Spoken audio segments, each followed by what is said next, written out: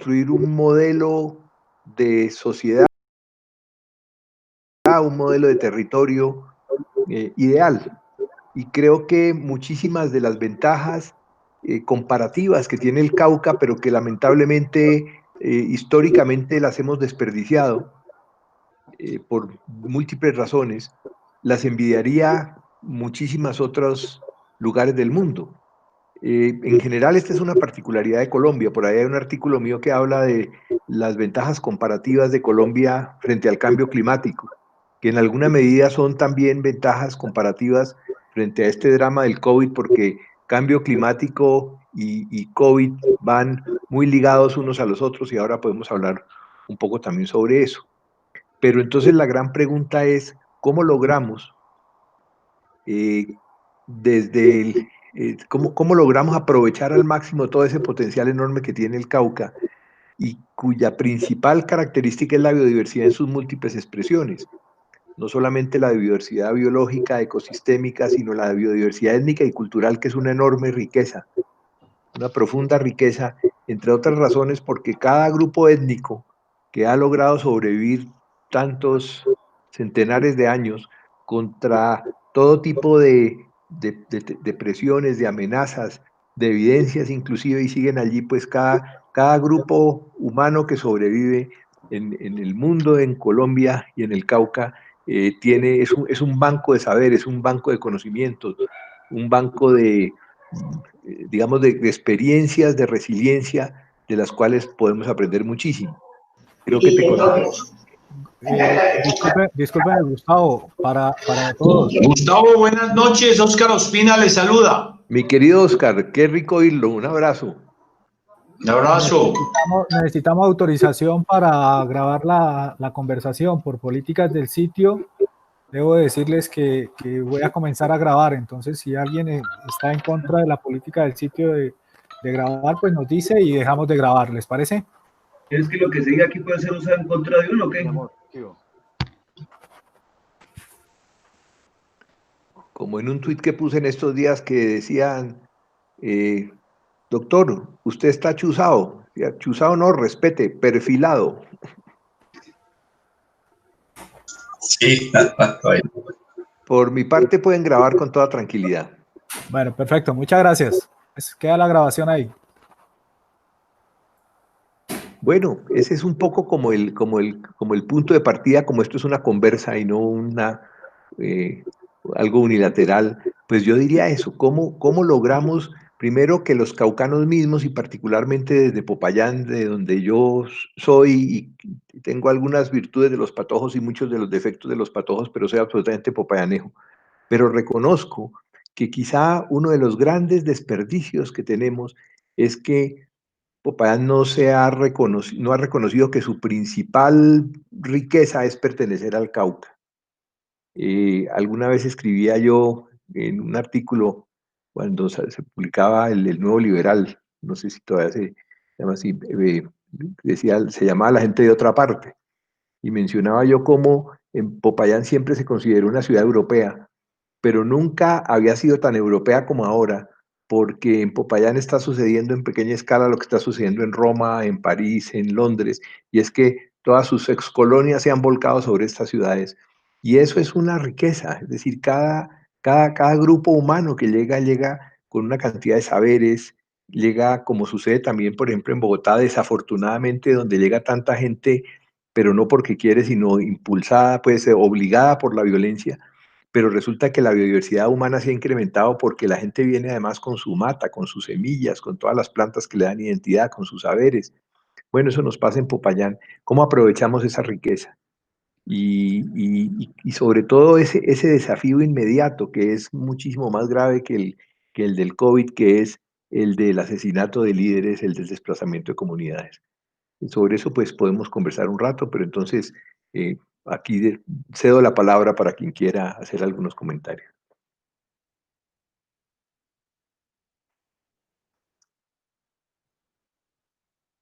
Andrés, ¿ya estás? Andrés, ¿ya está? ¿Aló? ¿Cuál Andrés? ¿Usuriaga o Felipe? Suriaga está. Entonces, Andrés, para que empeces a dar la palabra. a quien te la pida.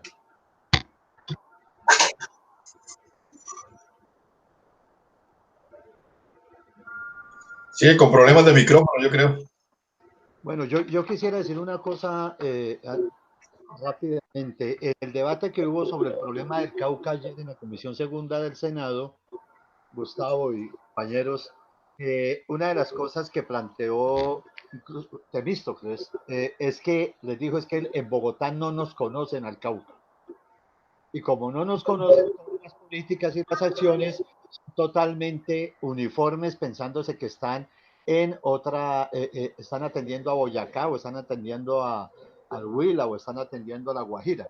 No nos conocen. Creo que eso lo podemos ligar un poco con la pregunta de Gustavo de cómo logramos reconocernos en la diversidad, no como un discurso, sino en esas realidades que planteaba y la importancia de las colonias en términos de que la gente se traslada con la cultura, la religiosidad, las expresiones educativas, en fin, los dichos, las formas de relacionarse, etcétera.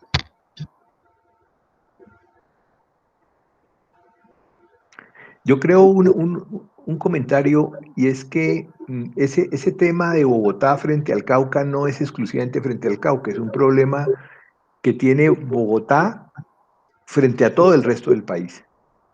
Entonces no es solamente exclusivo, y creo que una de las luchas que hay en las regiones es precisamente establecer una identidad y buscar como eso, que se respete esa identidad y no que haya unas políticas uniformes y que se piense que son aplicables en todas partes, ¿no? Así como, pues, Bogotá mismo es un territorio también privilegiado de una enorme complejidad. Ustedes saben que el casco urbano tiene 40.000 hectáreas de extensión, un poco más, y sin embargo, el Bogotá rural es 3 veces más grande que ese casco urbano.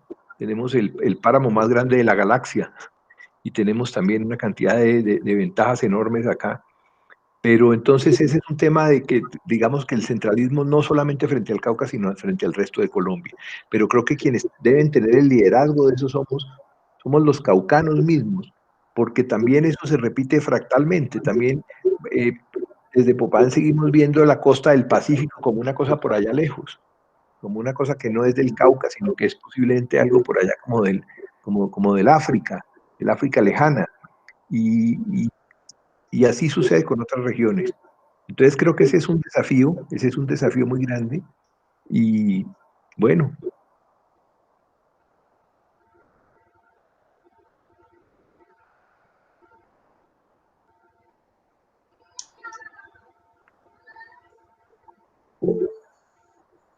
Tiene la palabra. Buenas tardes, compañero. Buenas tardes, doctor Gustavo Wilches. Qué grato volverlo a escuchar. Pero usted plantea lo que alcancé a escuchar la parte de la introducción, precisamente que esa diversidad cultural debería ser nuestra fortaleza, es precisamente, paradójicamente, nuestra debilidad. ¿Cómo, supongo que usted ha desarrollado un poco ese paradigma y cómo aprovechar esa riqueza precisamente étnica y cultural, porque no, esa es precisamente una de las grandes dificultades, a pesar de ser nuestra gran potencialidad, el as bajo la manga ahora en esta pandemia, es paradójicamente uno de los grandes desafíos y algo que no hemos podido desarrollar. Usted, ¿cuál es el contexto en el cual usted desarrolla este tipo de, un poco más esta pregunta que además nos hace a nosotros? Sí, no sé. creo que se requiere una profunda transformación cultural desde la escuela misma, desde el preescolar. Es esa fortuna que tenemos en el Cauca desde pequeños, que todavía existe, de crecer en medio de la multiculturalidad, de crecer con el indígena, pero además cuando hablamos del indígena no hablamos de uno, sino de muchas comunidades, de muchas culturas distintas, de crecer con el negro, pero que tampoco hablamos de uno solo, sino que hablamos de toda la diversidad de comunidades afrodescendientes que tenemos en el Cauca. Tenemos inclusive una enorme diversidad de conflictos Yo aquí es uno de los terrenos en que me he movido más desde que vivo en Bogotá, lo que se llama la transformación de conflictos. Y resulta que le dicen, bueno, ¿y usted dónde, usted dónde desarrolló habilidades para transformación de conflictos? No, es que yo soy del Cauca. Entonces eso es como parte del software con que ya nace uno. Pero resulta que eso es absolutamente necesario comenzar a fortalecerlo como una riqueza desde la escuela misma. Creo que, digamos, una cosa muy interesante que ha pasado en Colombia desde la Constitución del 91, que también ha generado algunos problemas, pero en general para mí es totalmente positivo, es que visibilizó precisamente a las comunidades étnicas y lo hizo legítimo. No, hasta antes se consideraban inclusive los indígenas menores de edad. Bueno, en este momento aparece todo esto. Eso también genera algunos conflictos que siguen vivos entre comunidades étnicas y comunidades campesinas que no están adscritas a un grupo étnico, aunque la mayoría pertenecen, por supuesto, a un grupo étnico. Pero eso todavía esa profunda transformación cultural nos convoca a todos. Y ya dejó de ser un tema del Cauca y un tema de Colombia.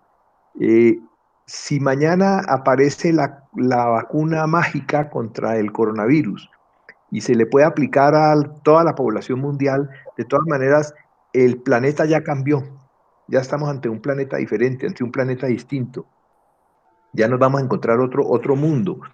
Y, y, y sobre todo, y esto también es un tema muy importante para el Cauca, y a mí me gustó mucho un meme que vi en una cuenta que decía, después de la pandemia, ¿qué vamos a hacer?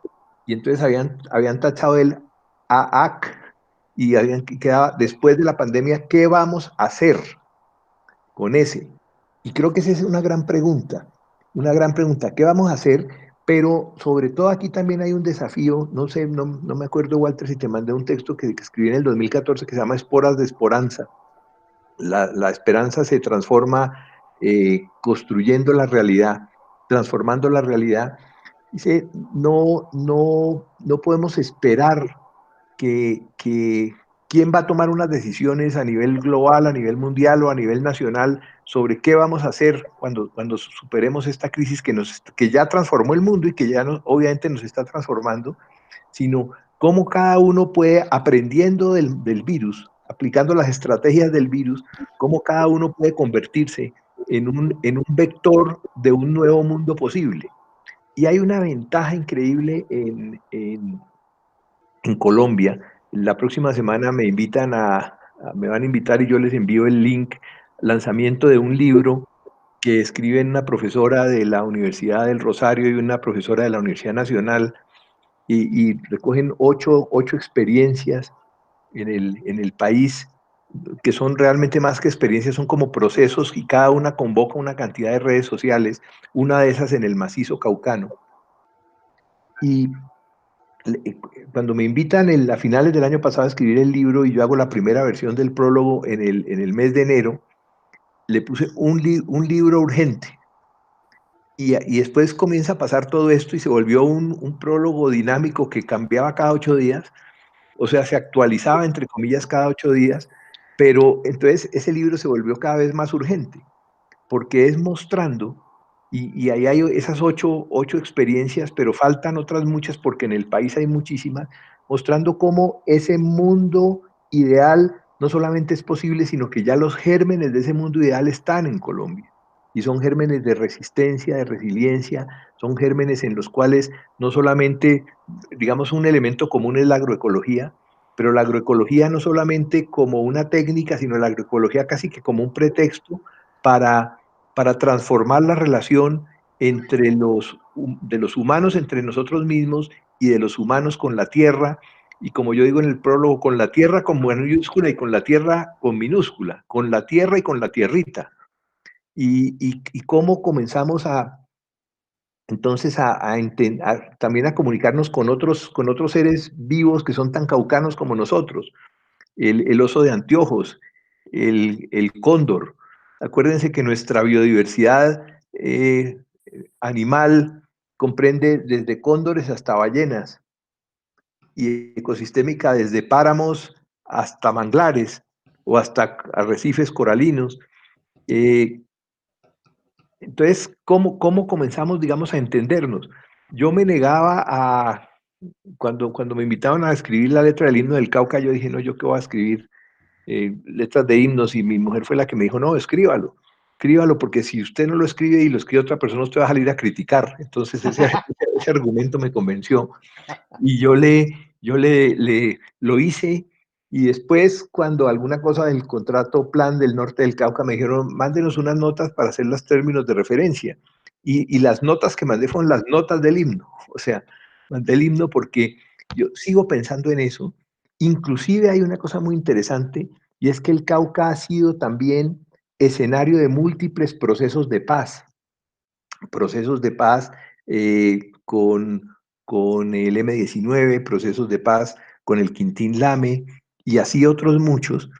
Y también hay hace poco tuve oportunidad de, yo conocía esto de lejos, pero de verlo ya más de cerca, lo que es, por ejemplo, ese proceso que se llama Agua para Todos, que se lleva a cabo en el norte del Cauca, y que entra dentro del concepto ese tan lindo de casi que de los diálogos improbables, y es que bajan indígenas de Cabildo de Toribío, Tacuelló, Santo Domingo, se reúnen con empresarios del norte del Cauca, con los que, como sabemos, tienen unos conflictos por tierras y por otras cosas fuertes, pero les plantean y les dicen, ustedes trabajan gracias al agua que nosotros les mandamos, pero nosotros necesitamos fuentes de vida, y entonces se ponen de acuerdo en unir esfuerzos para desarrollar un modelo de desarrollo sostenible, no teórico, sino práctico, en la cuenca del río Palo. Y entonces a mí me maravilla, porque inclusive eso es una cosa que uno insiste y que lo repito también mucho. Si nosotros discrepamos de 100 cosas, pero nos ponemos de acuerdo en una, podemos seguir discrepando de 99. Perdón un segundito. Podemos seguir discrepando de 99 cosas, pero ya en una estamos de acuerdo, y caminando juntos a partir de ese encuentro, a lo mejor ya encontramos otro, entonces discrepamos de 98 cosas, pero en dos nos ponemos de acuerdo. Y yo creo que esos mismos aprendizajes están ahí en el Cauca. Con Misael Murcia, que hemos recorrido mucho camino, una vez en La Guajira nos decían, pero oiga, ustedes ¿cómo esta cosa aquí, cómo no les da miedo? Y entonces, porque era en medio de un conflicto así durísimo, decíamos, pues no, porque es que nosotros nos criamos en el Cauca. Entonces, digamos, esas mismas sensibilidades, esas mismas aptitudes las tenemos allí. Es cuestión como de aprovecharlas. Y otro tema, para dejarlo allí planteado, es frente a, digamos, estamos en este momento, y hoy conversaba yo con gente de la ANLA, porque que son gentiles conmigo, y yo les decía, mire, yo no, no estoy de acuerdo con la propuesta de hacer audiencias virtuales. No creo, porque y la experiencia es que ahora uno que tiene más o menos conocimiento de las redes, que tiene acceso a señal, que tiene unos equipos adecuados, y uno tiene problemas para hacer una clase, para hacer aquí mismo lo estamos viendo, el compañero que iba a coordinar tiene problema con el micrófono. Bueno, imagínense cómo hacer entonces una audiencia con campesinos, con indígenas, con comunidades lejanas, donde conectarse nomás a Internet es imposible. Y como le digo, ellos son muy gentiles, muy respetuosos, como yo soy también con ellos, y me decían, mire, esto que estamos planteando ahora, porque simultáneamente estaban haciendo como un primer ensayo, es eso, es un ensayo a ver cómo funciona, tiene unas ventajas, y por ejemplo, en este momento están conectadas cientos más de personas de las que pueden estar en un auditorio cerrado, pero yo decía, bueno, si es un ensayo, perfecto, pero no se puede considerar realmente que todavía haya participación. Y en un tuit ponía, porque alguien decía que eso eran estrategias, eran estrategias de ambientalistas para demorar los procesos. Yo anotaba, si una persona tiene programada una cirugía, que no es así de vida o muerte, que puede esperar, y resulta que le da, pero la tiene ya programada, y resulta que le da COVID-19, pues entonces es mejor aplazar la cirugía mientras se mejora. Y eso no es sabotear procesos, eso es simplemente evitar que ese paciente, entre paréntesis territorio, se vea sometido a dos tensiones tan grandes. Y esto es válido para toda Colombia donde se está haciendo. Pero entonces puede que en estos, digamos, ensayos, experimentos que están haciendo hay aprendizajes, pues no se aprovechan, pero digamos, una de las cosas que he aprendido es, y ya lo había mencionado, la participación no puede ser solamente con actores humanos, las concertaciones no pueden ser solamente con actores humanos. No se puede concertar entre humanos por dónde va a pasar la falla geológica. No se puede concertar entre humanos por dónde los ríos van, por dónde van a bajar los flujos de lodos en el momento de una erupción.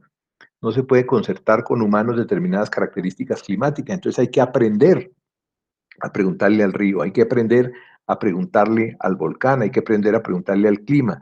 Y ahí volvemos a otra cosa que es absolutamente importante y que yo la cuento y repito el cuento, porque de eso dependimos cuando el terremoto del Páez, y era de que los chamanes de los tehualas NASA movieran las nubes. Y entonces,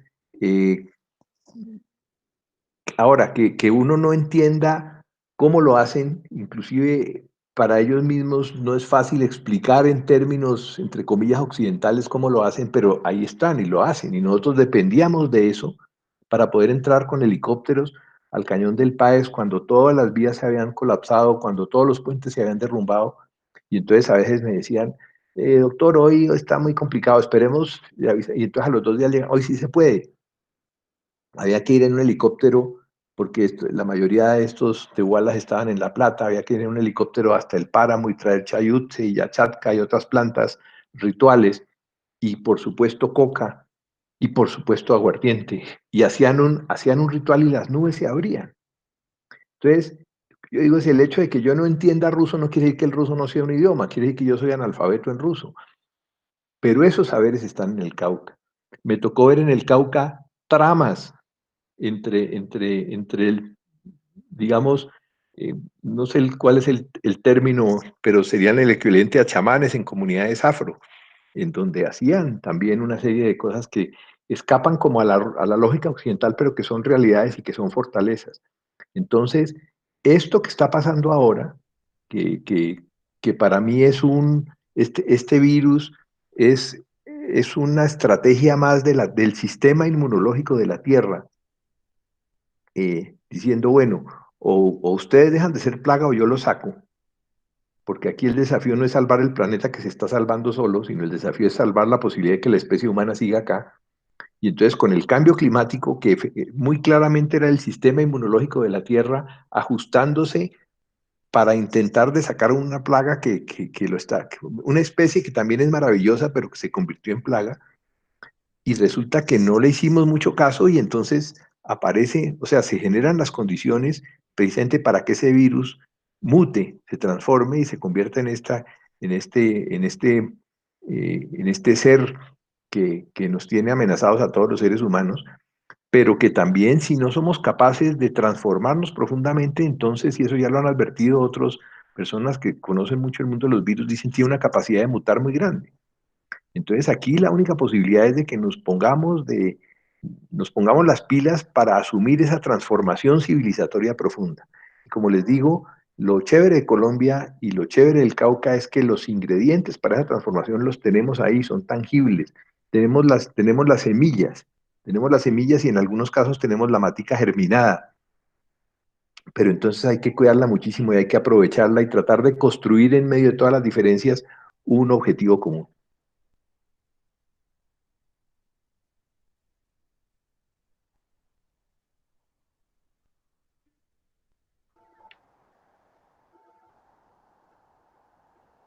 Alejo.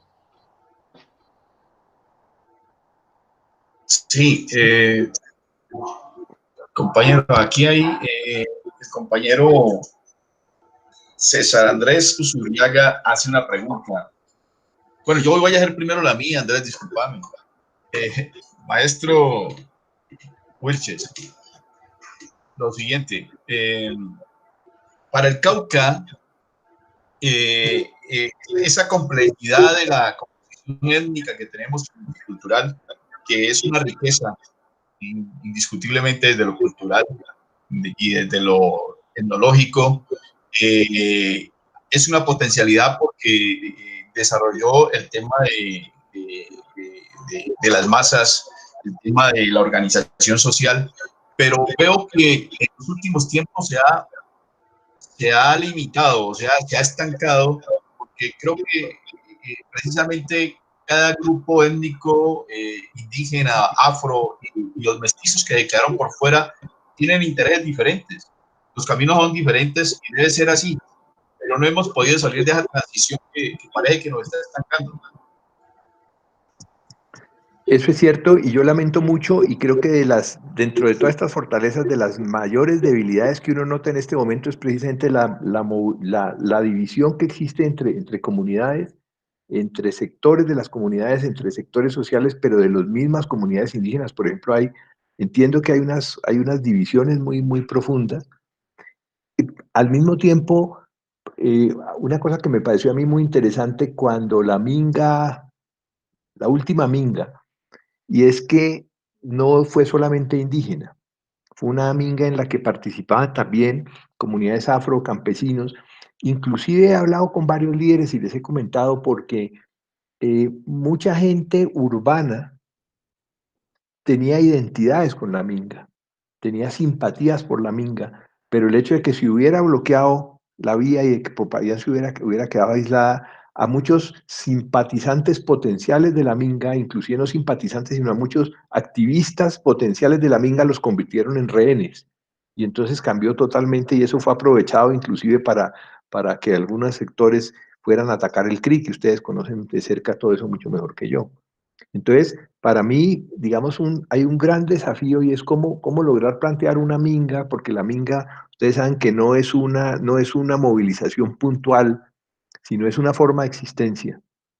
Y es una forma de existencia de la que forman parte desde niños, desde chiquitos, los indígenas. Pero, ¿cómo plantear una minga que sea multiétnica, pluricultural, anfibia y urbana y rural? Y cuando digo anfibia, porque nos olvidamos de eso, nos olvidamos del Cauca costero, nos olvidamos del Cauca anfibio, nos olvidamos del Cauca de los ríos. Y, y creo que eso sería ideal y como les digo, inclusive una movilización que no convierta en rehenes a eso, a sectores muy grandes de la población urbana que de pronto por quedar bloqueados y pudiendo haber sido no solo simpatizantes, sino activistas de la minga, entonces los manipularon muy fácilmente para ponerlos en contra. Ese es un desafío grande y yo pienso que hoy hablaba yo precisamente con uno de los consejeros del CRIC y le mencionaba porque me dicen que están pensando hacer una movilización pues en protesta y creo que puede tener relación con lo que me contaba Walter, digamos, de esta sesión que hubo. Yo le decía cómo una movilización, digamos, teniendo en cuenta todas las medidas de precaución frente al COVID, los tapabocas, los, el otro día ponía yo un tweet y decía eso, como no se consiguen pasabocas, voy a buscar a ver en qué matrimonio me invitan que no den pasabocas y no tapabocas, porque estaban complicados. Pero imagínense usted una movilización con todas estas medidas de precaución, con todo lo que las mismas comunidades indígenas están implementando para controlar la entrada de la gente al territorio, para que quien entre se someta a un proceso de desinfección de los vehículos, de la ropa, etcétera, etcétera, manteniendo las distancias, pero además no solo en cuidado de la salud propia, sino de la salud de la gente con la que se encuentren, de las comunidades por donde atraviesen. Eso se puede volver una escuela nacional, eso se puede volver una movilización con sentido pedagógico y sobre todo pacífica en lo posible. Claro que digamos, hay un reclamo. Dicen, no, es que si las cosas se hacen por las buenas no nos oyen, y las cosas se hacen, pero resulta que al mismo tiempo digamos, los enemigos de estos procesos, yo creo que rezan para que haya violencia. Ustedes vieron cómo en Bogotá, en muchas de las movilizaciones, se infiltraban gente precisamente para generar violencia, para generar caos, y entonces quitarle legitimidad a los movimientos. Entonces yo creo que esa virtud pedagógica que tiene el Cauca en estos momentos es precisamente la posibilidad de mostrarlo. Y ahora también lo hablamos, todo lo que se debió haber hecho frente al cambio climático es lo que hay que hacer ahora frente al COVID. Exactamente. La protección de los ecosistemas estratégicos, la transformación de la realidad de las relaciones urbano-rurales a partir de valores de reciprocidad, de solidaridad, de equidad, de corresponsabilidad. Todo eso, y resulta que con el cambio climático no entendimos, además es un proceso que sigue vigente y que sigue incrementándose pues, los impactos del cambio climático. Entonces, de pronto aparece este nuevo actor que nos encierra a todos en la casa, pero mientras tanto los otros procesos siguen. Y entonces volvemos frente al argumento de, bueno, pero entonces, ¿qué puede pasar con los grupos dedicados al narcotráfico? ¿Qué puede pasar con todos los grupos de la minería ilegal, etcétera, etcétera? Y, y pienso, y claro que lo hago desde el facilismo de quien no tiene que solucionar un problema. Hay una frase que dice que ningún problema es difícil para el que no tiene que solucionarlo. Pero para mí la clave está en fortalecer las organizaciones sociales, fortalecerlas integralmente, fortalecer las organizaciones indígenas, las organizaciones agrarias, las juntas de acción comunal. Entonces, yo creo que esa es una clave. Y esto lo digo también un poco porque la experiencia que tuvimos en momentos de crisis, cuando el terremoto de Popayán y sobre todo después cuando el terremoto de Tierra Adentro, en que lo que hacíamos era identificar cuáles eran las fortalezas que habían sido más afectados por esos desastres y movilizarlo. Espere un momento que tengo que desalojar a mi asistenta que está aquí ladrando. Ah, es usted el del perro. Me mandaron el perro, mano. Compañero, entonces la idea es que Alejo haga la coordinación de la cosa y ahí vamos tomando apuntes de cosas que va diciendo Gustavo que pueden servir para, como decíamos, a través de WhatsApp, Twitter, en mi historia, en Facebook, en fin, colocar. Hay cosas que Compañero, textualmente el hombre ha dicho. yo le escribí en el chat para que cada uno cuando quiera hacer uso de la palabra diga, quiero hacer uso de la palabra. Entonces yo acá le voy dando la palabra. Bueno, adelante. Bueno, entonces, maestro Andreu Zuriaga, él hace la siguiente pregunta. Dice, maestro Gustavo, ¿podría desarrollar este aporte suyo en el contexto de la pandemia COVID-19? Y él hace una cita que es suya. Es la cita de cuando ocurre un desastre, se rompe una telaraña. Usted ya la conoce. Sí, señor. Pues yo creo que ese sí se lo envían a Walter y si lo circula sería chévere. Un artículo que escribí yo en Calendario Popayanejo, lo subí al blog el domingo de Ramos, que fue un poco complicado de escribir porque de todas maneras eh, uno así no, digamos, no tenga las angustias inmediatas y directas que tiene mucha gente, de todas maneras uno siente la afectación y sobre todo la incertidumbre. Y también hay un exceso de información que es difícil de digerir. Que me puse en la disciplina y fue un parto un poco complicado ese artículo que se llama Particularidades de un desastre. Y muestra cómo digamos, hay una serie de características que hace que este desastre sea único para la humanidad. Ha habido pandemias anteriores, pero las características actuales del planeta, las características de lo que llamamos la civilización humana, todo eso hace que esto sea diferente, que sea distinto. El hecho de que sea un desastre silencioso, en el sentido de que uno se asoma a la ventana y el mundo afuera está en perfectas condiciones. Inclusive hay cosas que son maravillosas, que no quiere decir que haya desaparecido el cambio climático ni las amenazas, pero toda esta fauna llegando a las ciudades y recuperando las ciudades es una cosa como de ciencia ficción muy interesante. Pero muchísimas de las cosas a las que uno digamos, acudía como herramientas y como estrategias de sanación de la gente que estaba más afectada, para ponerle una palabra, el abrazo, por ejemplo. El abrazo como una forma de encuentro, como una forma de recargarse mutuamente la batería de la esperanza. Contaba yo en una entrevista que me hizo Ana María Ruiz en Canal Capital el día del terremoto de Popayán, que en medio de las ruinas y cuando todavía la ciudad estaba llena de polvo, llega alguien que yo había visto porque era del paisaje mío en Popayán, como yo era parte del paisaje de esta persona, y me da un abrazo y me dice, qué chévere que estés vivo. Y yo pensé, uy, primero, qué chévere estar vivo realmente, habría podido ser uno de los 300 muertos que hubo. Qué chévere que a este le parezca chévere que yo esté vivo. Qué chévere que sea atrevido a decírmelo, pero qué tenaz que sea necesitar un terremoto. Y eso es lógico, porque si yo me encuentro con alguien que no conozco y esa persona llega y me da un abrazo y me dice, yo inmediatamente comienzo me pongo mosca, ¿qué estará pasando? Pero resulta que ese encuentro personal, ese trabajo que se hace con la autoconstrucción, por ejemplo, cuando es toda una comunidad junta trabajando en un objetivo común, en una minga, para volver a utilizar el término, todo eso en este momento no se puede. Entonces eso genera unos desafíos grandísimos y el reto enorme, por ejemplo, de que esto que estamos haciendo ahora no solamente transmite información y palabras, sino que logre transmitir sentimientos, afectos, etc. Entonces,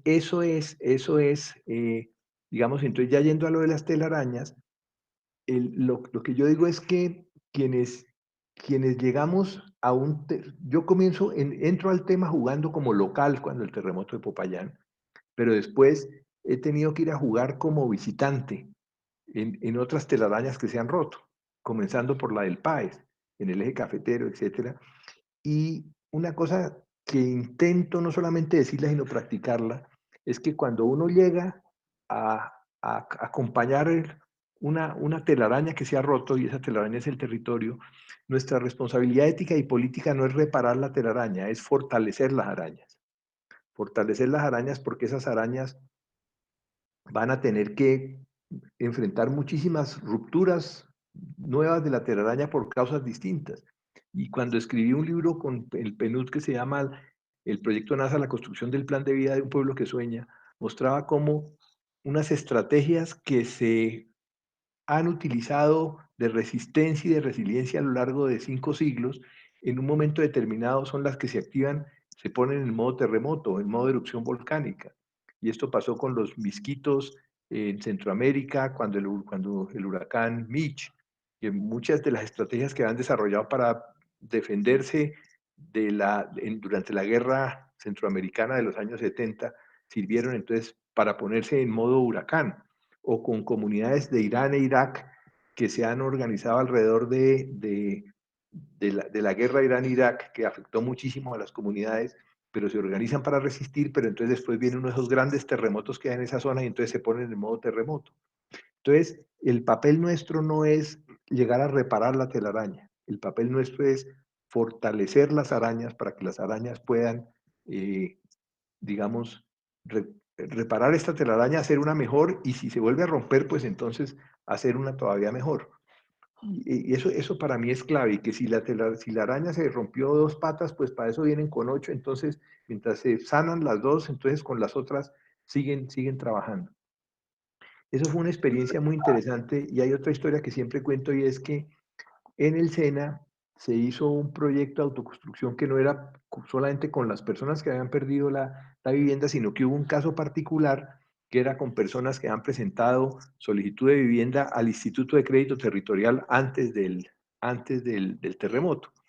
Y un día se hizo un sorteo porque había 220 cupos, y se llamaba a la gente que estaba previa, que se había, digamos, preseleccionado con los formularios, y llamaron a una señora y la señora salió adelante con 3 niñitos pegados a la falda de ella, muy asustados. La señora, pues un poco nerviosa, tímida, recibió su papelito, y cuando terminó la reunión vino donde mí y me dijo, vea, doctor, es que yo salí seleccionada. Le dije, ah, señora, felicitaciones. Me dijo, no, es que yo vengo a decirle que yo no puedo, entonces que esto lo aproveche alguien que sí pueda. ¿Y por qué no puede? No, porque yo solamente sé lavar ropa, yo veo por esos 3 niñitos, yo soy sola, entonces nunca en mi vida he pegado un ladrillo. mucho menos construir una casa. Entonces, que esto lo aproveche alguien que pueda. Yo le dije, no, espérese, no se vaya. ¿Usted cree que yo pueda? Me dijo, le dije, no sé, yo soy nuevo también, pero hagamos el ensayo. 9 meses después, un lapso absolutamente significativo, se hizo un nuevo sorteo ya para saber qué familia iba a quedar en cada casa, porque como les digo, ahí no era la gente que no estaba reconstruyendo su casa, sino gente que no tenía casa antes. Y cuando llamaron a esta señora, sale ella con el vestido de ir a reuniones, que era el que tenía 9 meses antes, los niños, cada uno 9 meses mayor de los que eran cuando comenzó ese proceso, y eran 4 seres humanos absolutamente transformados. ¿Sí? Y eran transformados por la manera como los niños miraban a la mamá, como la comunidad miraba al grupo familiar, como entre ellos se miraban a sí mismos, como la señora se miraba a sí misma. Y eso fue como una epifanía inmediata porque nos dimos cuenta de que el objetivo de lo que nosotros estábamos haciendo, que inicialmente pensamos que era acompañar la construcción de unas casas, pues que la casa era importante y que si a los 9 meses no había casa, pues no habíamos fracasado porque no había nada. O sea, si a los 9 meses no había telaraña, pues no habíamos hecho nada. Pero que la casa se convirtiera en un subproducto del proceso, un subproducto necesario y útil del proceso, pero que la gran obra, para hablar en términos de alquimia, era la transformación humana de esos alquimistas. Y entonces, que nuestro objeto era la autoconstrucción de sujetos sociales, el fortalecimiento de sujetos sociales. Y entonces, precisamente, así se desarrollaron una cantidad de liderazgos de mujeres, especialmente también en el Cauca y en Popayán. Igual sucedió también en la zona del Paez. Y mujeres que comienzan entonces a asumir a partir de esa experiencia que tienen, de ese aprendizaje que tienen, asumir otra cantidad nuevos desafíos. Y creo que eso es algo fundamental, ¿no? Eso es algo fundamental. Muchísimas veces con muy buena voluntad se llega de afuera a un sitio y entonces a la araña la ponen dentro, a las arañas las ponen en un frasco y vamos a reconstruir la telaraña con fibras de la era espacial y cuando ya esté reconstruida sacamos las arañas con unas pinzas y las ponemos ahí, eso no funciona. El reto aquí es fortalecer liderazgos, fortalecer sujetos sociales y eso comienza desde la infancia en cada uno de los casos.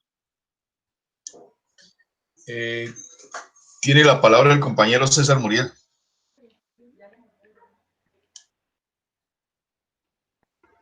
Bueno, muchas gracias a todos. Usted, doctor Gustavo, dijo una cosa que a mí me impresionó mucho, porque en alguna ocasión con mis compañeros de charla la había tocado, y es la especificidad de este virus, de esta pandemia, que sin ser un virus en su esencia tan letal, porque hemos tenido pandemias muchísimo más letales, este virus paró la humanidad. Entonces yo decía que es como que la tierra, la naturaleza o Dios o lo que la gente quiera creer, le está diciendo a la raza humana que somos unos invitados en este mundo, que no somos el sumum, que no somos para que no nos creamos nosotros la teoría antropocéntrica.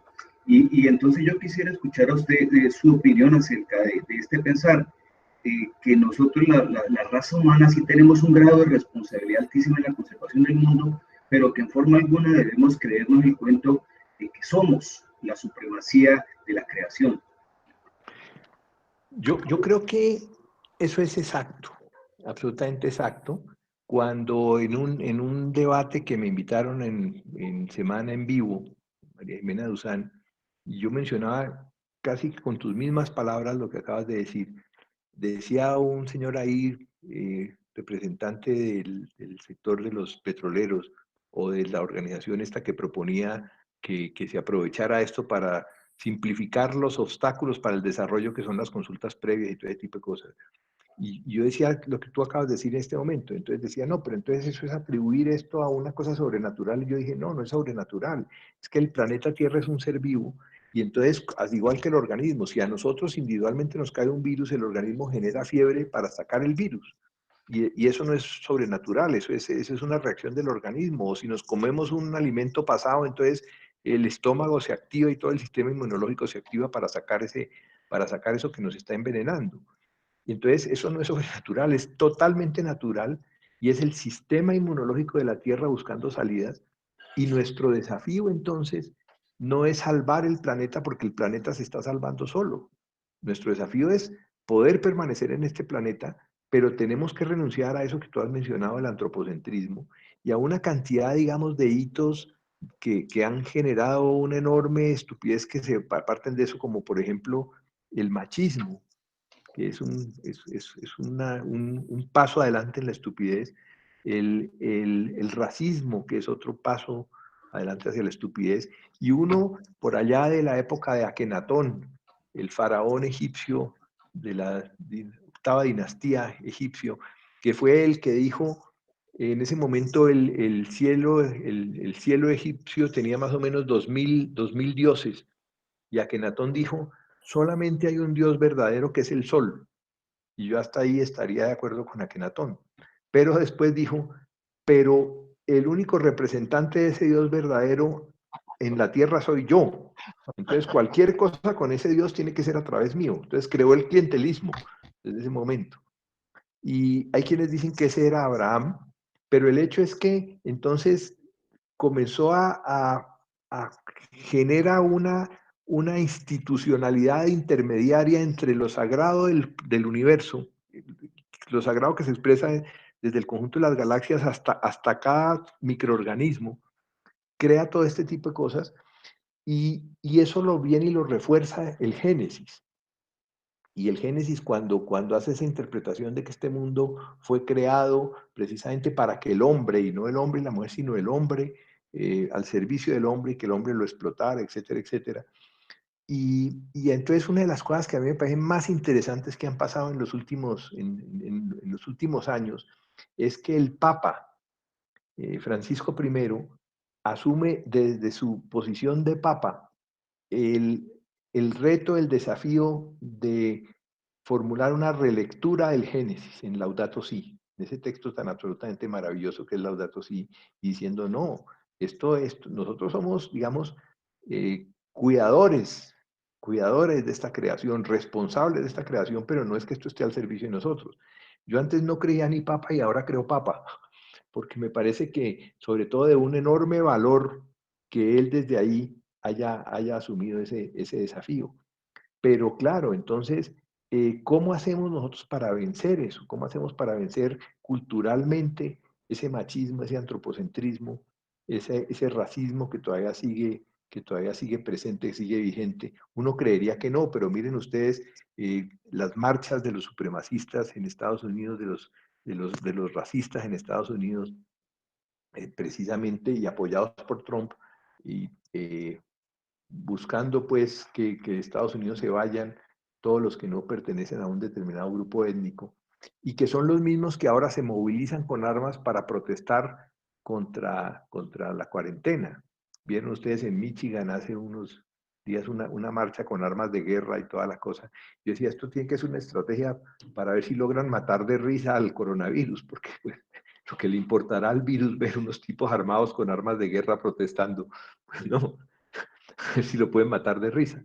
Pero digamos, esa estupidez está ahí presente todavía y por eso el gran reto que tenemos, volvemos al principio, es que, voy a ponerlo en términos optimistas, cuando salgamos de esto, porque en términos pesimistas diría, si salimos de esto, pero digamos en términos optimistas, cuando salgamos de esto tenemos que ser distintos. Porque si intentamos salir repitiendo todos los defectos civilizatorios que nos han conducido a esto, el virus, que es un avispado, se vuelve y muta y va a generar otros, y hay muchísimos virólogos y muchos especialistas que dicen, este virus tiene en este momento una capacidad de mutación enorme. Entonces nos vuelve a sacar, o sea, aquí estamos enfrentados hacia un desafío de transformación cultural profunda que nos diferencia de otras pandemias que efectivamente han ocurrido, que efectivamente han generado una cantidad enorme de muertos, pero que posiblemente o casi seguramente no pusieron a la humanidad en esa disyuntiva de que o se transforman o lo saco. Tiene la palabra Óscar Ospina.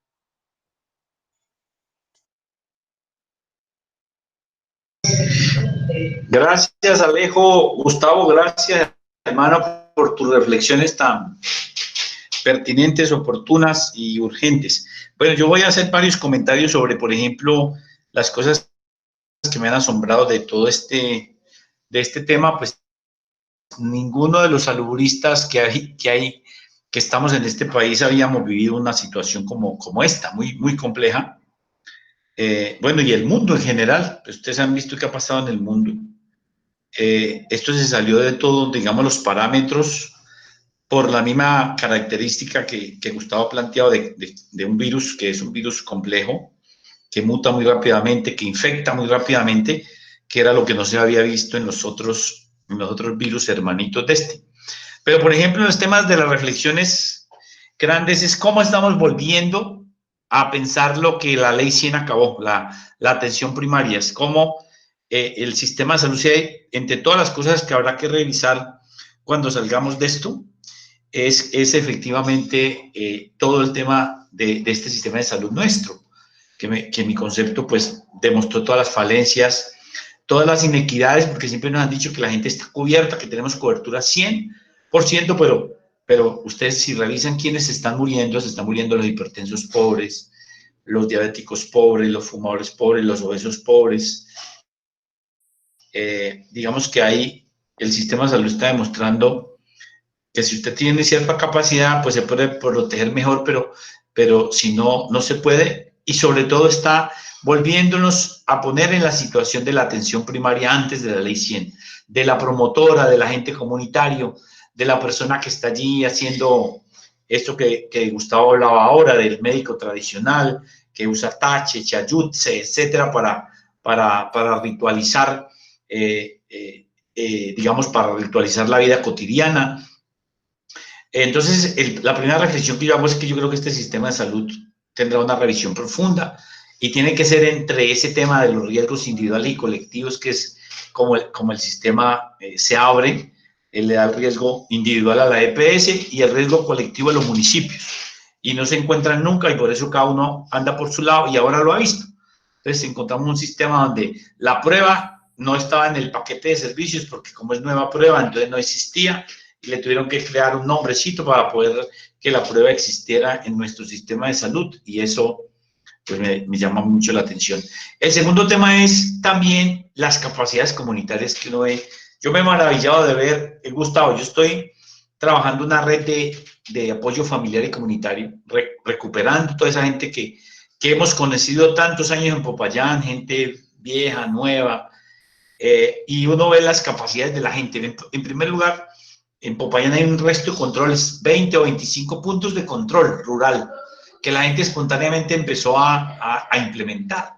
Incluso el primero que montó el puesto de control fue una guardia cimarrona, entre cimarrona y campesina por el lado de Antón Moreno, y eso eso se regó y hoy tenemos más de 25 puntos de control rural, es decir, de cómo la gente espontáneamente se fue organizando, montó un retén y empezó a controlar y hacer todo el tema de la sanitización para poder ingresar. Eso me ha llamado muchísimo la atención porque fue espontáneo. O el tema de una madre, por ejemplo, de una señora presidenta de un barrio, no sé si te acuerdas, que se llama La Capitana, por ahí en la Comuna 9. La señora presidenta de la Junta de Acción Comunal cogió a todos sus vecinos en sus 120 casas, los metió en un grupo de chat y por ahí mantienen haciendo control de su barrio, vigilando que no se salgan, que los niños estén en la casa. Y lo hace una señora con un celular y con los celulares de todos. Y el otro tema que está saliendo es lo que han hecho en otros países, que son las ollas comunitarias.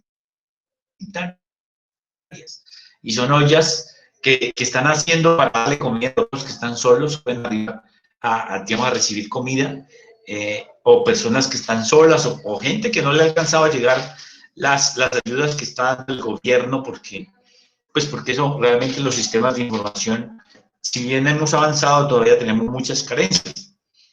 El otro tema, por ejemplo, es que está pasando en Popayán, en una reflexión. Venga, Oscar, usted, desde su mirada de secretario de salud, dígame, ¿qué es lo que está pasando en Popayán? Porque resulta que aquí en Popayán me aparecen casos de manera abrumadora aquí. Cada semana estamos teniendo 2 casos, si acaso, 2 casos positivos. y tampoco tenemos pacientes ni hospitalizados graves, ni intubados, ni nada por el estilo. Entonces la pregunta es, ¿qué está pasando en Popayán? Es decir, ¿qué ha pasado en Popayán? Bueno, yo les dije, debe ser que ese virus se asustó porque aquí hay violencia como un berraco y de pronto creyó que lo iban a cascar, ¿no? Y el tema es que aquí realmente lo que nosotros vemos, el gobierno nacional, yo creo que tú sabes, nos entregó, el Instituto Nacional de Salud nos entregó a todas las ciudades capitales la proyección del desastre. Y entonces, por ejemplo, aquí nos pronosticaron que nos vamos a infectar 229.000 payaneses y payanesas, que nos vamos a morir entre 500 y 2.500 más o menos en los próximos 10 meses. Ese es el pronóstico, pero ahorita cuando usted pone eso en la matriz, en la hoja de cálculo, eso no le cuadra nada y todos los cálculos están desfasados. Estoy hablando del tema nacional y el tema de acá. Mire, y el otro tema que me ha asombrado muchísimo, muchísimo, es el tema de los miedos colectivos y los miedos individuales. Sobre todo me ha llamado muchísimo la atención que encuentren médicos, especialistas con mucha experiencia en el sector salud, cirujanos, anestesiólogos, completamente paniqueados, encerrados en su casa y sin ningún deseo de salir a hacer su labor cotidiana. Eso me llama muchísimo la atención, porque si para algo nos forman a nosotros es para enfrentar pues todas estas pestes y todos estos bichos y todos estos virus y bacterias y demás, y digamos que a uno lo forman en eso, pero es muy llamativo, muy preocupante y muy triste también ver, por ejemplo, médicos anestesiólogos o cirujanos o especialistas en general de la salud, pues encerrados en su casa porque no han podido, digamos, tienen terror de lo que pueda pasar y de todas las noticias que han pasado, lo que pasó en España o en Italia o en Estados Unidos en términos de las muertes y las infecciones. Ese tema de los miedos es una cosa que realmente sabemos que va a ser de los impactos más duros de esta pandemia. Todo el miedo que queda, todo ese tema de que tú me puedes contagiar, yo te puedo contagiar, ese tema me parece que va a ser algo que hay que reconstruir desde muchos puntos de vista y con mucha gente que ayude, porque eso va a quedar realmente el estigma de los que tuvieron, que fueron positivos, el de los que tienen el miedo de que yo te vaya a pasar, porque la proyección, si ustedes vieron ayer, que a mí me preocupó anoche, me leía los considerandos del nuevo decreto de emergencia. Si leyeron los considerandos, cuando usted empieza a leer, pues usted lo primero que le surge es que esto está supremamente grave, porque ¿qué dice, por ejemplo? Cuando usted lee uno de ellos,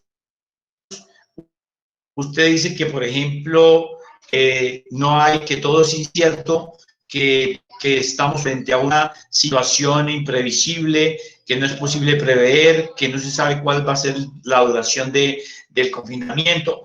Es decir, utilizan una serie de palabras que son completamente desalentadoras y por lo tanto creo que eso también está ayudando a la desazón colectiva. Yo quiero comentar varias cosas que me parecen clave. Primero... Maestro. Sí, señor. Maestro, una pregunta. ¿Cómo está usted de tiempo para continuar dando la palabra después de esta respuesta? Estoy quedando como un incumplido, porque yo les había dicho que me iba a las 7:15, Entonces, pero si me aguantan un poquito más, acá comento esto. Listo. Perfecto, muchas gracias. Una característica que sí tiene en común con los anteriores es que los desastres visibilizan todo eso, todas esas vulnerabilidades y todas esas, entre comillas, vergüenzas que tiene una sociedad y que las tiene ocultas bajo la alfombra y resulta que las hace totalmente visibles. Acuérdense que hasta el terremoto de 1983, Popayán era una ciudad sin tugurios y resulta que viene el terremoto y lo que hizo fue visibilizar la cantidad de hacinamiento que existía en muchísimos sectores de Popayán. Esto nomás para poner un ejemplo. Y una de las cosas que está demostrando esto es lo que Óscar mencionó muy acertadamente, la vulnerabilidad de los sistemas de salud, pero sorprendentemente en los países autodenominados desarrollados, en España, en los Estados Unidos, en Inglaterra, en Italia. Entonces, uno no podía creer que en esos países hubiera exactamente lo mismo y resulta que nosotros que ya dejamos de llamarnos subdesarrollados para poner un nombre más elegante que era en vías de desarrollo, entonces todavía no los alcanzamos, pero ya vamos a llegar y resulta que ya vamos a llegar aquí, a una indefensión tan absoluta como la de estos países que han, en este momento, creo que el país con más contagiados y con más muertos es Estados Unidos, que es el que ha venido dando la pauta del desarrollo. Entonces, eso que menciona Oscar de que queda al desnudo todas las debilidades, todas las vulnerabilidades del sistema de salud es absolutamente cierto. Pero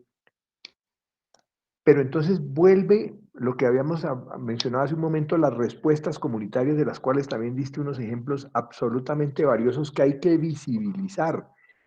¿Cómo hacemos para que eso se vuelva viral? ¿Cómo copiamos las enseñanzas del maestro virus para precisamente que ese virus de esas experiencias que se están dando en Popayán, que se están dando en el Cauca, pero que se están dando en otras partes de Colombia, dejen de ser, digamos, cuestiones interesantes, curiosidades y se conviertan en política pública? Y excúsenme que ponga ejemplos, eh, digamos, personales, pero es que ahí es donde yo hice, donde yo he aprendido esto. ¿Qué hicimos en el SENA? ¿De dónde nace el programa de autoconstrucción? Vimos que la gente estaba con sus propias manos reconstruyendo las casas que se habían caído. Y el que no podía hacerlo con sus propias manos, entonces llamaba al cuñado, al sobrino, al primo, al vecino. Entonces lo que dijimos fue, vamos a apoyar a la gente que está autorreconstruyendo su casa, pero a que lo hagan entonces con estructuras sismorresistentes, con cimientos, con vigas, etcétera, etcétera. Y entonces eso era lo que hablábamos. El Estado tiene que estar al servicio del fortalecimiento de todas estas estrategias orgánicas, que en ese momento era de construcción de vivienda, en este momento es de manejo de salud y de manejo de otras crisis como la olla comunitaria. Me encantó eso porque además esto nos está llevando a redefinir una serie de cosas. Para mí, por ejemplo, en este momento hacer el oso es un mérito. Y si un proyecto como este de la olla comunitaria tiene un nombre muy lindo como Estamos en la olla, me parecería lindísimo redefinir ese sentido y el de la olla comunitaria como una estrategia orgánica comunitaria para atender este tipo de cosas. También el diálogo de las medicinas, el diálogo entre la medicina alopática, entre comillas, occidental, con otras medicinas, con las medicinas indígenas, con las medicinas étnicas, y entonces, donde ninguna crea que tiene más, mejor dicho, que tiene todo resuelto, sino donde se propicia unos diálogos que permitan, digamos, construir respuestas y donde el paciente sea todo menos paciente, donde el paciente tenga una voz y un voto sobre su propio sistema y donde todo su organismo sea oído y leído y sea un actor de este tipo de cosas. Y el tema del miedo. Hace tiempo yo vengo, mucho tiempo antes de esto, con el tema del INPA. El INPA, el índice de malparidez acumulada, y lo veo como una epidemia. Y una vez, porque tú ves y lo ves muy común en Twitter, en las redes sociales, en Facebook, que yo no soy activo allí, pero la gente cuenta eso. Entonces, cómo aparece, hay insultadores profesionales, entonces llega uno y pone un insulto y entonces viene otro y le contesta el insulto y se va volviendo como un huracán, un sistema que llega a tener características de epidemia de odio, que es una cosa terrible. Y hablando con Giovanni Apráez, él fue la primera persona que me dijo una característica de todas las epidemias ha sido el miedo, y después eso está en La Peste y en otras obras, el miedo muy ligado al odio. Entonces, cuando uno ve cosas increíbles, como por ejemplo que en un barrio atacan, cuando llega la enfermera de su trabajo, cuando llega el médico de su trabajo, lo atacan los vecinos, pero también cosas muy lindas que como que llega la enfermera al edificio donde vive y los vecinos están recibiéndola con aplausos y con pancartas. Bueno, pero entonces eso del miedo y el odio, y entonces el tema del miedo es muy interesante porque el miedo también es una digamos, una respuesta adaptativa. Si los ratones no le tuvieran miedo al gato, ya se habrían desaparecido, ya se habrían extinguido los ratones. Lo que pasa es que hay un miedo que moviliza y un miedo que paraliza. Entonces, si el miedo nos hace salir a la calle con tapabocas, nos hace mantener unas ciertas distancias, nos hace vencer ni siquiera la tentación, sino el afán del abrazo, pero saber que por ahora no, por ahora tenemos que darnos ese abrazo de lejos, buscar la manera, digamos, ese es un miedo que moviliza, pero hay miedos que paralizan. Hay miedos que paralizan y entonces ahí hay todo ese desafío enorme en estos temas tan... Y algo que Oscar confirma y es que a uno lo sorprende muchísimo, no solamente pues digamos el miedo del personal que tiene que estar lidiando directamente frente a frente con los efectos del virus, sino digamos el hecho de que los mismos infectólogos de pronto llegan y se ven como en ceros. A uno le ponen apodos, y entonces experto en tal cosa. Entonces yo digo, listo, ex-perto, ex, porque lo que decíamos al principio, lo que uno creía que sabía en este momento está quedando derogado.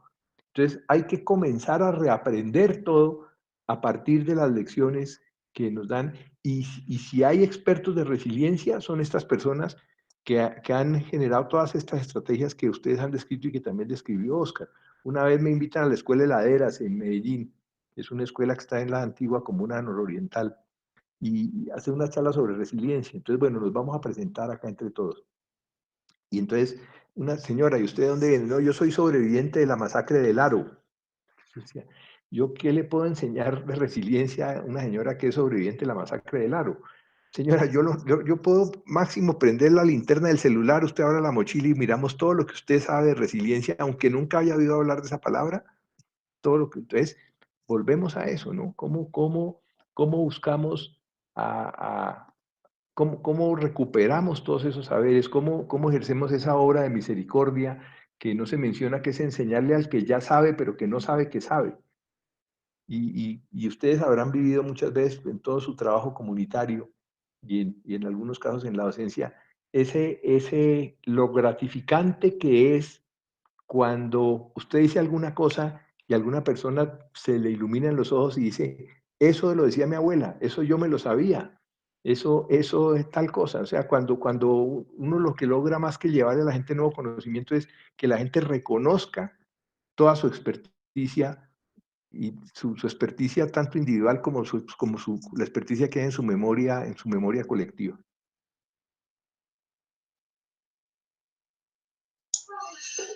Bueno, hay un par de preguntas más, pero creo que no hay tiempo ya. Suéltela, a ver. Entonces, compañero Pablo, tiene la palabra.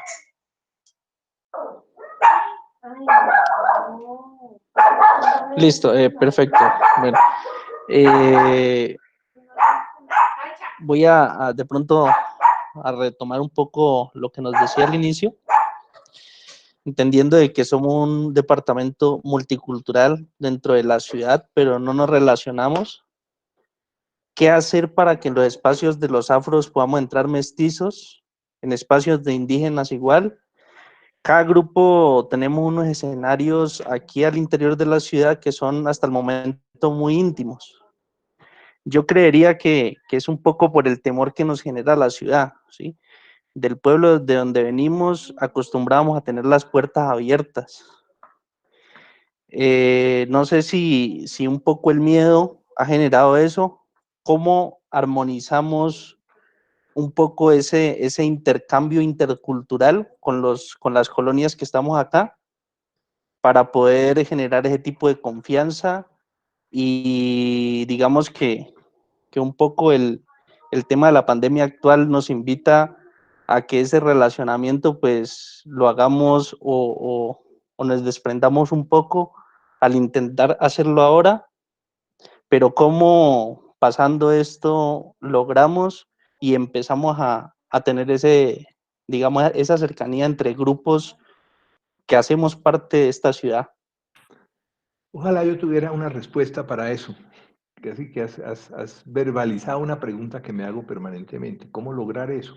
porque esa, digamos, esa exclusión que se da desde el blanco o mestizo, quieran, pero hacia otros grupos también, entonces posiblemente como reacción también se ha ido dando desde los otros grupos hasta acá, pero entonces ahí es donde yo creo que viene todo ese esfuerzo de construcción de confianza en pequeños pasos, en pequeñas cosas, en cumplirle al otro, en visitar al otro y decirle, oiga, usted viene de tal parte allá a preparar una cosa rica, ¿no será que usted me puede dar de esto y hacemos un intercambio? Mejor dicho, yo creo que esa filigrana minuciosa de construir confianza es absolutamente importante, absolutamente necesaria.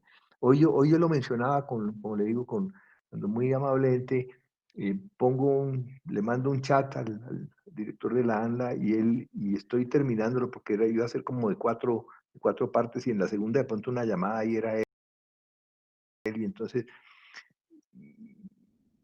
yo le decía, el hecho que usted haya tenido la gentileza de llamarme y que yo le pueda plantear mis dudas, mis inquietudes, tan francamente y que usted me esté planteando sus inquietudes y sus motivaciones también. Entonces no quiere decir que estemos de acuerdo el uno con el otro, sino que a través de esa confianza persona a persona podemos hacerlo, ¿no? Podemos hacerlo y lo que tú decías ahora, cómo aprovechamos esto que estamos viviendo en este momento para ir dando unos primeros pasos. Cuando el terremoto del país, lo más difícil fue eso, porque las desconfianzas eran enormes. Y mi mujer me decía, usted representa los blancos, representa el gobierno, representa el centralismo, representa todo lo que para las comunidades. Entonces ahí lo primero era ir construyendo confianza, pero en pequeñas cosas. Y por ejemplo, el hecho de que entraran los representantes de los indígenas a formar parte del consejo directivo, todo ese tipo de cosas fueron construyendo confianza. Inclusive volviendo a hablar del miedo, una cosa que es muy importante es que uno vea, ¿cuál es la solución para esto? No tengo ni idea. Venga, sentémonos a ver y construyámoslas entre todos. Pero entonces, si usted está participando en la decisión, nos volvemos corresponsables. Si tenemos éxito, los dos merecemos un aplauso. Si la embarramos, los dos somos culpables de eso. Pero entonces, pequeñas cosas, pequeños detalles, y creo que cada uno irá descubriendo y de pronto a través de sus vecinos, de los barrios, cómo ir. Creo que en Popayán no existe lo que existe en otras ciudades, que son las famosas fronteras invisibles, que se vuelven visibles, donde unos grupos no pueden pasar al otro, no pueden pasar de determinada cuadra. Bueno, si eso no existe, aprovechemos que no existe y evitemos que exista, pero en otros sitios es tremendo, ¿no? Y simplemente el hecho de saber que alguien es de un sector ya lo convierte pues en, bueno, lo de las barras bravas y todo ese tipo de cosas. Pero creo que esta crisis puede ser lo suficientemente profunda como para que nos obligue a reflexionar como estrategia de supervivencia. Bueno, Gustavo, vamos a cerrar. Yo les quiero pedir solo un minuto en términos de recordar que ha habido un intercambio de opiniones acá muy importante. Creo que uno de los temas centrales y fuertes que hemos vivido nosotros es este tema de las capacidades comunitarias que hablaba Óscar Ospina y que Gustavo plantea muy claramente es cómo visibilizarlas y llevarlas a política pública, entendiendo que hay, digamos, sectores políticos que lo ven como acciones ilegales, etcétera. Pero si no fuera por eso, nosotros tendríamos 100 veces más personas tocadas por el virus en el departamento del Cauca. Hay muchas observaciones acá. Nosotros queremos agradecerte, Gustavo, porque como te decía cuando hablamos para invitarte, la idea era conversar.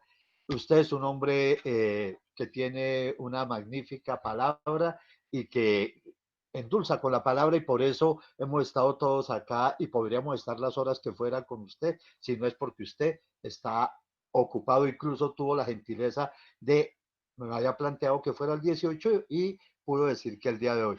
Pero sí, gérmenes de resistencia y resiliencia, ¿cierto? Es algo que nosotros tenemos, es fundamental el cóndor, el oso de anteojos y las ballenas son nuestras, son caucanas también, ¿cierto? Pues realmente cómo lograr la inclusión, cómo construir la confianza, creo que ese es un problema, el centralismo ahoga las esperanzas de las regiones. Y esa es, digamos, de las cosas graves allí. Agradecerles a todas, a todos, decirles que el próximo jueves está confirmado ya la presencia de Gonzalo Tejada a las 6:30 de la tarde también para hablar de perspectiva de este tema. y pues Gustavo, lo volveremos a molestar cuando usted tenga No es tiempo. molestia, no es molestia, de verdad que he sentido un abrazo muy afectuoso de parte de ustedes, yo les envío el mío, y como le digo, de esto hay muchas cosas escritas, yo te puedo mandar algunos links por si quieren Los circularlo y toda la rotamos. cosa, y gracias por la generosidad de invitarme.